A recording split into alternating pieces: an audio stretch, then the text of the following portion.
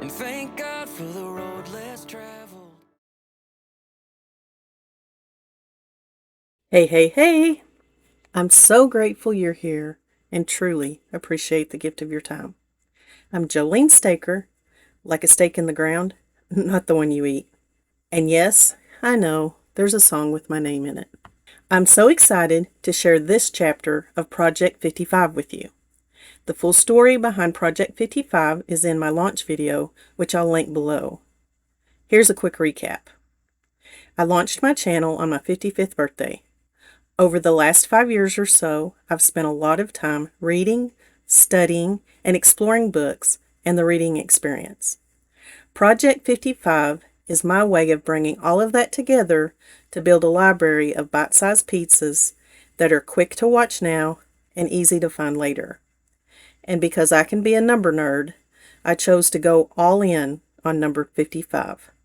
There will be 55 video chapters, each between 5 and 11 minutes long. Because, of course, 5 times 11 is 55. Each chapter explores a different aspect of the book experience.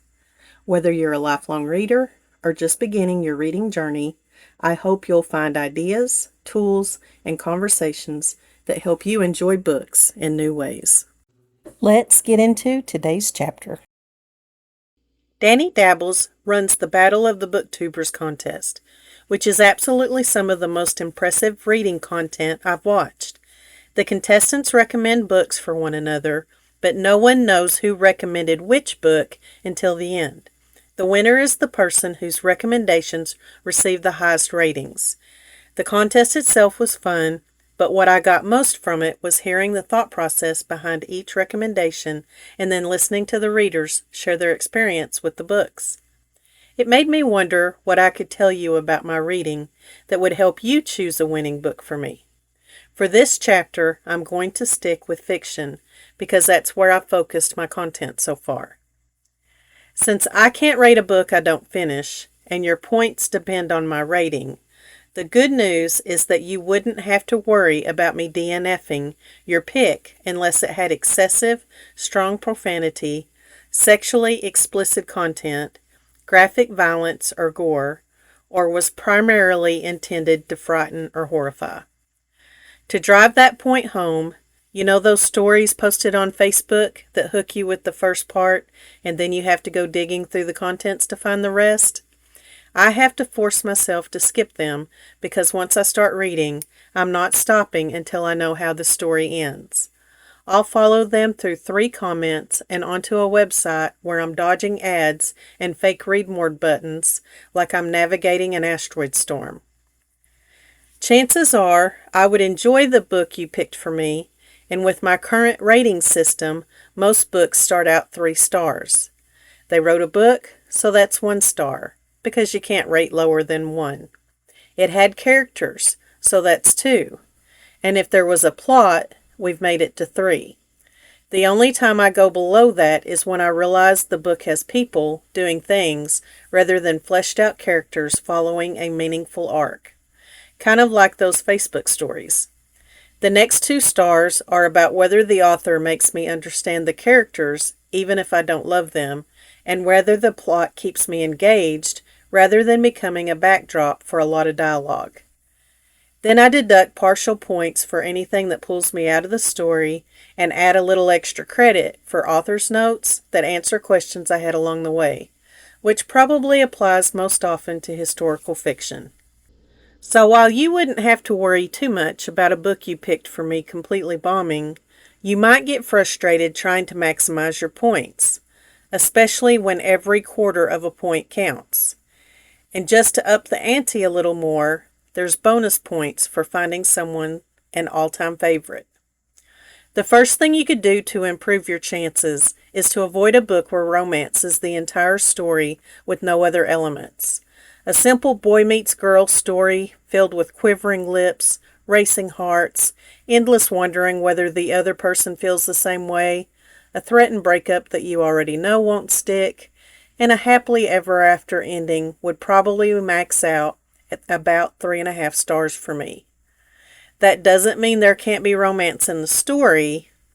Have the couple meet under interesting circumstances, give them real life challenges, and let them legitimately work through past issues or trauma, and that romance could be a 5-star book for me. Historical fiction is one of my favorite genres.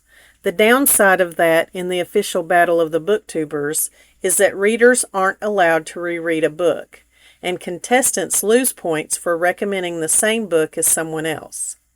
Aside from that, I've read so much historical fiction that a book has a better chance of standing out if it explores a time period or subject I haven't read widely from, or gives me a perspective or information I haven't encountered before. At this point, I haven't rated books on a public platform, so you'd be shooting in the dark trying to figure out what I've already read, and that's probably going to make several of these categories harder for you. That's something I plan to change. One area where you could really score big points with me is by finding a classic that isn't particularly difficult or lengthy.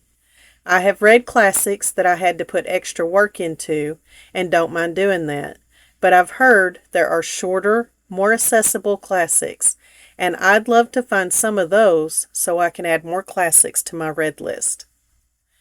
I've had some interesting experiences with psychological thrillers, but I'm not sure I actually want to read any more of them unless I'm reading to study what makes them work. While I'm reading one, it feels a little like watching a car crash I can't look away from, and by the time it's over, I feel a little traumatized and wonder whether there was actually a story in there. And yet I went straight from one to the next until I had listened to every book that author had available. So a book that gives me that same compulsive need to keep going, but also leaves me feeling like I've read a meaningful story, could have real 5-star potential. Ultimately, I've listened to so many books over the last few years, both from BookTube recommendations and the rabbit trails they've sent me down. I've been surprised by how many different types of books I've enjoyed along the way. At this point, I don't think there's a type of fiction I would take completely off the table as long as it fits within the boundaries I mentioned earlier.